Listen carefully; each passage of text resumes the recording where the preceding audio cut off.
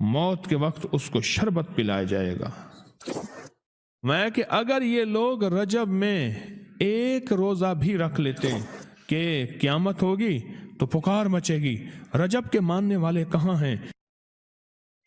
اور آقا نے فرمایا جنت میں ایک محل ہے، اس میں سوائے رجب میں روزہ رکھنے والے کے کوئی داخل نہیں ہوگا۔ اور آپ نے فرمایا جنت میں ایک نہر ہے، اس نہر کا نام رجب ہے، اس کا پانی دودھ سے زیادہ سفید ہے اور برف سے زیادہ ٹھنڈا ہے اور شہد سے زیادہ میٹھا ہے، اور جو رجب میں چاہے ایک روزہ بھی رکھ لے اللہ اس نہر کا پانی اسے پلائے گا۔ یہ غصے کو ٹھنڈا کرنے والی چیزیں بتا رہا ہوں۔ ابو درداء رضی اللہ تعالیٰ عنہ نبی کریم صلی اللہ تعالیٰ علیہ وسلم کا ارشاد، جو رجب میں ایک روزہ رکھے اور اس نے اپنی تمام عمر روزے رکھے، چاہے تمام عمر روزے رکھے اور شب بیداری کرے، اللہ کی عبادت گزاری، اگر اس نے رجب میں ایک روزہ رکھ لیا آسمان سے ندا کی جاتی ہے، اے اللہ کے ولی، امت عظمیٰ کی خوشخبری سن، موت کے وقت اس کو شربت پلایا جائے گا، جنت کا شربت پلایا جائے گا، وہ سیراب مرے گا، قبر میں سیراب حاصل ہوگا اور اس سے سیراب نکلے گا، قبر کی پیاس سختی سے بچ جائے گا، موت کی پیاس اور سختی سے بچ جائے گا۔ اور یہ فرمایا یہ کرامت صرف آقا کی امت کو ملی ہے۔ حضرت صوبان فرماتے ہیں ایک دفعہ آقا چند قبروں پر سے گزرے، رو دیے۔ صوبان نے پوچھا تو آپ نے فرمایا میں نے اللہ سے دعا کی کہ ان کے عذاب میں تخفیف ہو جائے، اور صوبان اگر یہ لوگ رجب کا ایک روزہ بھی رکھ لیتے اور ایک رات عبادت کر لیتے ان پر کبھی عذاب نہ ہوتا۔ اور ایک رات سے مراد سے رات نہیں ہے، ساری رات یہ ابھی عبادت کر رہے ہیں، ہاں یہ نہیں ہے ساری رات، شام ڈھلتے ہی مغرب کے بعد رات ہو جاتی ہے رات کا کچھ حصہ ابھی آج جیسے شب جمعہ میں ہے، رجب میں آج عبادت کر رہے ہیں، آپ کو خوش قسمتی ہو، مبارک ہو، عبادت کر رہے ہیں، ابھی مغرب پڑھی، ابھی ہم ذکر کریں گے، عبادت کریں گے، اللہ کا ذکر کریں گے، پھر عشاء پڑھیں گے، دعا مانگیں گے، یہی تو عبادت ہے۔ میں کہ اگر یہ لوگ رجب میں ایک روزہ بھی رکھ لیتے اور عبادت کر لیتے کسی رات کی، ایک رات کی، تو ان پر عذاب نہ ہوتا۔ میں نے عرض کیا یا رسول اللہ صلی اللہ علیہ وسلم، کیا صرف ایک روزہ اور ایک رات کی شب بیداری سے عذاب قبر نہ ہوگا؟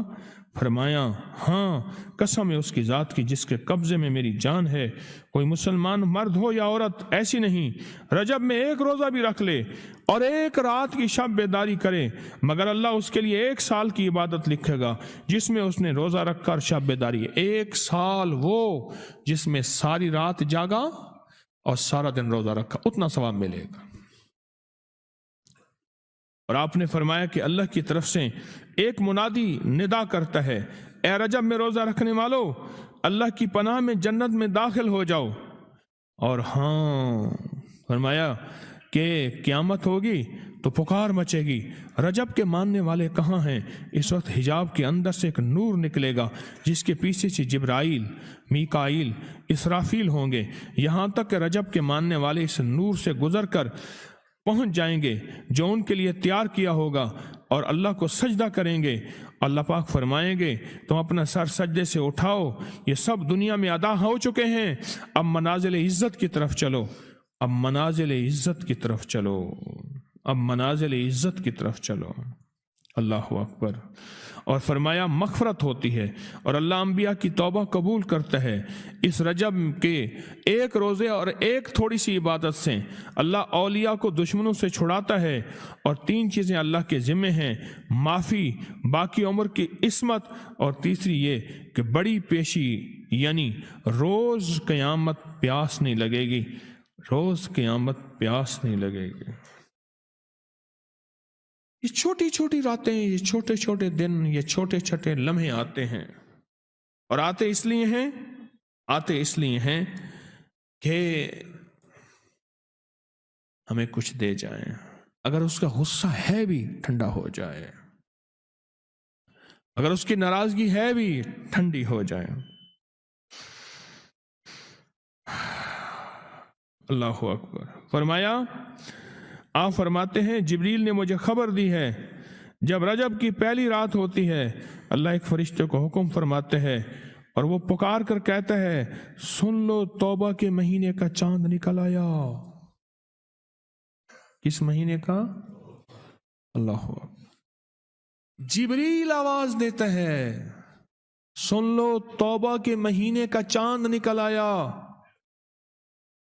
آ جاؤ اپنے لیے توبہ، امت کے لیے توبہ، اپنی نسلوں کے لیے توبہ، اپنی پچھلی نسلوں کے لیے توبہ، اپنے لیے، اپنے لمحوں، اپنی راتوں کے لیے توبہ، اپنے دن کے لیے ندامت اور توبہ۔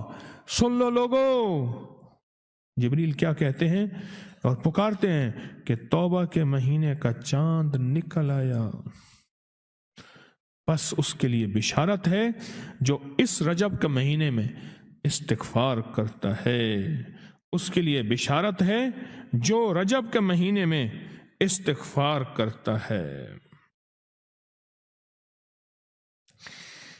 غصے کو ٹھنڈا کرنے والی یہ سعادتیں ہیں، اللہ کو ناراض کرنے سے دور کرنے والی یہ نعمتیں ہیں۔ عجیب بات بتاؤ، فرمایا جو شخص یہ چاہتا ہے، یہ غور سے سنیے گا، جو شخص یہ چاہتا ہے اللہ اس کی نسلوں کو معذوری اور مجبوری سے بچائے، معذور ہو جائے، کسی بھی چیز سے معذور ہو جائے اور مجبور ہو جائے۔ میں نے آپ کو اپنی مجبوری کا قصہ سنایا تھا، اس دن معذوری اللہ مجبوری سے بچائے کہ بے بس ہو جائے، مجبور ہو جائے۔ اور جو شخص یہ چاہتا ہے کہ اس کے ماتھے پہ نصیب اور بخت اور مقدر اتنا لکھا ہوا ہو انسان بھی پڑھ سکے، یہ میری خوشخبری یاد رکھیے گا، اتنا واضح ہو انسان بھی پڑھ سکے، بخت، نصیب، مقدر، عزت، دولت۔ اور تیسری، جو شخص یہ چاہتا ہے اس کی پیشانی کبھی سجدوں سے محروم نہ رہے اور فرشتے اس کی پیشانی سونگ کر بتا دیں کہ یہ وہ لوگ بندہ ہے جس کے سجدے واقعی تھے، تو فرمایا وہ کبھی بھی زندگی میں کسی ایسی اللہ کے دوست کی محفل کو تلاش کرے جو لازم شب جمعہ میں ہو۔ اور یہ وہ ہے، اللہ کا دوست میرا مرشد ہے، میں ان کا غلام ہوں، اپنی نہیں کہہ رہا۔